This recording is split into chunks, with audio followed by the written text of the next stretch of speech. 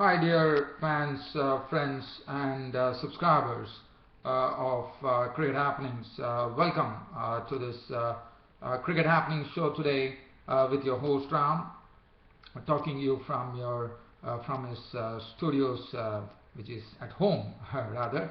And well, as far as today is concerned, in this Cricket Happenings show, we are going to have, there's only one match which is happening, one international test match, and today was the day 3 in the first test match here in Harare between Zimbabwe and South Africa. And yesterday, as you said, Zimbabwe put up a very good show with the ball yesterday to restrict South Africa to a score of just 201, if I'm not wrong, on the first day. And today, as I said yesterday, it was some disciplined bowling coming in from the pace bowlers Panyangra, Tripano, Chatara, and that was a similar scene today too. And today too the same thing was going on. So Zimbabwe, what one is saying is that they are having a real commitment as far as this match is concerned.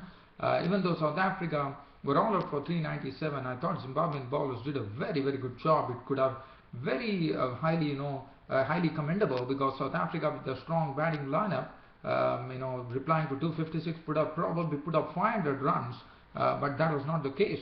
They were all out for 397, but once again the bowling was absolutely on the mark. Tendai Chatara, in fact, he had not conceded a single boundary in his 27 overs, 12 minutes. For 30 overs, he didn't concede a single boundary. 27 overs, 12 minutes, 34 runs on 1 wicket. Tanasha Panyangra continued his very good bowling, absolutely stump to stump. Outside the off stump was the line that Panyangra was looking at. 30 overs, 12 maidens, 39 runs and no wicket. It looks like a one-day bowling analysis, and that too against the mighty South African batting lineup. So really take a bow, Zimbabwean bowlers.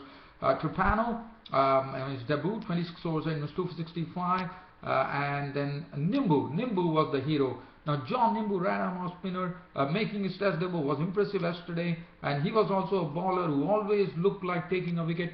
He was getting the ball to carry to the fielder, sometimes falling short of the stump, sometimes the catches were grasped of John Nyumbu, right-arm off-spinner, and what a bowling, what a test debut he had. In fact, on his test debut, he returned figures of 5 wickets for 157 runs. Now, there's only 2 Zimbabwean bowlers who have actually done this in a test match, of taking 5 wickets on test debut, and John Nyumbu was absolutely superb. He was getting the ball to turn, he was getting the ball with some extra bounce, he was luring the batsman. As I said, always one found that John Nyumbu would probably take a wicket, because he was very effective with his bowling. And look at his bowling analysis: 49.3 overs, 7 maidens, 157 runs and 5 wickets on his test debut. So congratulations to John Nyumbu for being the second bowler in the Zimbabwean cricket history to take 5 wickets on his test debut. Now, after that, Sean Williams, 26 overs, 2 maidens, 2 for 95. But as I said, the reason that I'm talking about the Zimbabwean bowling, because the feature was the Zimbabwean bowling. I mean, it's not easy, let me tell you, for a pace bowler to really keep a line of an off stump and not really allow the batsman any liberties. And I thought Tanesha Panyangra, Tripano and Chatara were absolutely on the money. They kept the ball absolutely a very tight line, and they definitely had a game plan here in South Africa, and they stuck to their task, and that's what is very important.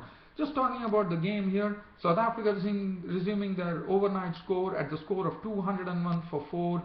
Started off with Faf du Plessis and Quinton de Kock at the crease. The partnership slowly started gathering momentum.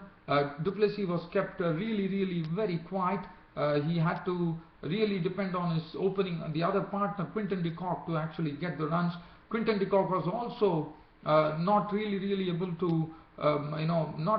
to score quickly because of some tight bowling from the Zimbabwean bowlers, and both of them took the partnership on to 276. The last time they joined was at 157 when A.B. de Villiers was dismissed, and now the partnership went on to add 81 runs for the 5th wicket, with both of them, with Du Plessis making 98, and then Du Plessis was the first to go today. Quinton de Kock definitely played some very good strokes. He actually lofted John Nyumbu into the stands for a 6, and then du Plessis was the first to be dismissed. John Nyumbu was the one who broke this stand for the 5th wicket between du Plessis and Quinton de Kock when du Plessis was dismissed, but very sadly he was dismissed for 98 by the debutant bowler John Nyumbu, the right-arm off-spinner, as du Plessis was trying to play the ball, and well, he could only try to flick the delivery, and Chakabwa took the catch. He was gone for 98 with 11 boundaries. After that, it was J.P. Duminy came into the crease. He also started giving good company to Quinton de Kock, and they pushed the score on to 292, and that was the time Quinton de Kock trying to play an attacking shot. In fact, du Plessis, as I said, was actually drawn out of the crease by John Nyumbu with some very good flighted delivery, and du Plessis was equal to the challenge, but as I said, he was caught very well by Chakabwa. After that, it was the turn of Quinton de Kock to depart, as Quinton de Kock was gone trying to sweep a delivery. He was gone actually trying. He was caught by Sibanda of the bowling of Williams. He also contributed in good measure 81 runs with 5 fours and 1 6, and then the score stood at 292 for 6, and Zimbabwean bowlers were still doing well. After that, there was a real partnership, but a very slow partnership, because if you look at it, almost 28 overs were occupied by J.P. Duminy and one on Philander to actually, but as I said, the Zimbabwean bowling was so tight, so the South African batsmen were not getting any liberties there. Philander had to play at snail's pace. He contributed 17 after facing 87 balls with 1 4, and Vernon Philander was the next to go, as he was clean bowled by Williams for 17, and after that Dale Steyn came in. Dale Steyn decided that he would like to attack, but John Nyumbu was pretty smart stuff from John Nyumbu, dragging Dale Steyn out of the crease. Dale Steyn took the challenge, and Trapano in the deep took the catch. He was gone. Caught Trapano, bowled Nyumbu for 19 with 2 6s. That made the score 367 for 8. Dan Peet, the debutant, walked in for the first time in international cricket. He made 13 runs, being LBW bowled Trapano with no 4 and no 6. And finally, J.P. Duminy, who was there, and thanks to J.P. Duminy, South Africa were all out for 397. And John Nyumbu picked up his 5th scalp here when J.P. Duminy, trying to reverse sweep a delivery, was caught by Brendan Taylor in the slips for 55 with 1 boundary, and South Africa had taken a 141 runs lead after being all out for 397. So as I said, the feature was the Zimbabwean bowling. The Zimbabwean bowling has been the talking point in this particular test match. There's no doubt about it. They have been doing a wonderful job. After that, Zimbabwe in the second innings, they started off but lost an early wicket. Hamilton Masakadza attacked right from the word go by slamming a 6 and a 4 in a knock of 19 of 35 balls before Moni Morkel got a very good lifter onto Hamilton Masakadza, and all that Hamilton Masakadza could do was to fend the delivery. His head was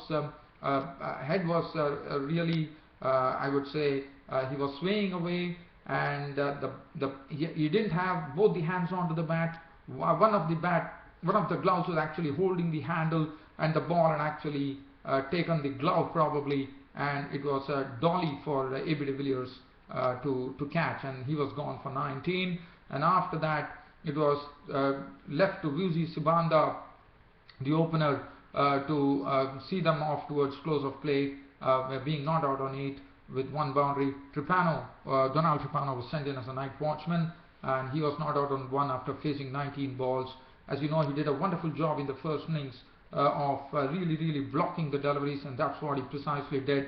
And I thought that was a good move by Zimbabwe to send Donald Trapano as a night watchman, and he did his job, not out on 1 of 19 deliveries. And Zimbabwe went to close of play on the third day of the first test match at Harare Sports Club at 28 for 1. But they still have a long way to go, because they still have another 113 runs to actually wipe off the lead. As far as the bowling was concerned, Dale Steyn 4 overs 1 maiden, 1 for 8. Vernon Philander 3 overs for 10 runs. Moni Morkel 3 overs 3 maidens, and no run, and got that very important wicket of Hamilton Masakadza, and Dan Peat bowled 3 overs for 10 runs. So that's the match situation. So Zimbabwe still have a long way to go, 113 runs in arrears. They first need to wipe off the lead and then really get back to actually getting some surplus for themselves. Well, so all in all, as I said, the feature was the Zimbabwean bowling once again. So Zimbabwean bowlers just keep up the good job. I mean, one has to really commend everybody. John Nyumbu, the whole bowling team of Zimbabwe has to be commended. For me, it is like something that they have really done a major achievement here, because the bowlers have been absolutely on the mark.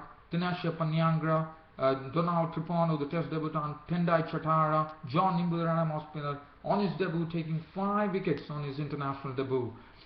So that's as far as the matches. That's as far as the this particular match is concerned. From here, it gives me time to have a look at some cricket news. Let's see. Some news which is coming in is not really good at all. It is coming in from Pakistan. The offspinner Saeed Ajmal, who is there in Sri Lanka right now, has to undergo testing for a suspect action. Probably, I mean, one does not know whether it is going to be his off break which is going to be tested. One does not know, because that is his prime delivery, and Ajmal has been reported probably for a suspect action, and he has to undergo testing within 21 days, and that's not really good news for Pakistan, especially with after having lost the first test match against Sri Lanka, and the second test match also starting shortly. So Ajmal, well, one just spare a thought from him. He has been reported for a suspect action, unfortunately. And Kumar Sangakkara, by making a double century the other day in the first test match where Sri Lanka won against Pakistan, has gone to the ICC rankings. He has gone to number 1 in the ICC rankings as a batsman, and Angelo Matthews of Sri Lanka has got his spot at number 5 now, and why not? He truly deserves that. And Ravichandran Ashwin is the other one who is on top as far as all-rounders are concerned. Ravichandran Ashwin is on top of the pile there. And the other news that comes in from Sri Lanka is that for the second test match which is going to be played between Pakistan and Sri Lanka, Dimuth Karnaratne, the opener, is going to return back. So probably whether it is going to be who is the person who is going to, probably Upul Taranga might be dropped. One does not know, but that is the news which is coming in. Other than that, dear fans and subscribers, I have nothing to say. But as I said, the Zimbabwean bowling has been a real feature of this particular test match, and well, the Zimbabwean batting now have to really come to the fore and really, just really support the Zimbabwean bowling effort. If the Zimbabwean batting can probably put on a sort of 400 runs against the South African bowling, I think that would have been a job very well done by them, and then they could depend on the Zimbabwean bowlers once again to do something to the South African batting. Well, dear fans and subscribers, always a pleasure to bring you this Cricket Happening show every day, and it's very glad to know that your subscribers are really enjoying my show. Sorry, dear fans and subscribers, yesterday I couldn't actually. Normally I actually put in a line saying that this is to all my dear subscribers that I have uploaded the video, but unfortunately yesterday I couldn't send a message. I do regret that, but well, dear fans and subscribers, we all know that this is a daily cricket show, and your host Ram is not the one to miss one cricket show.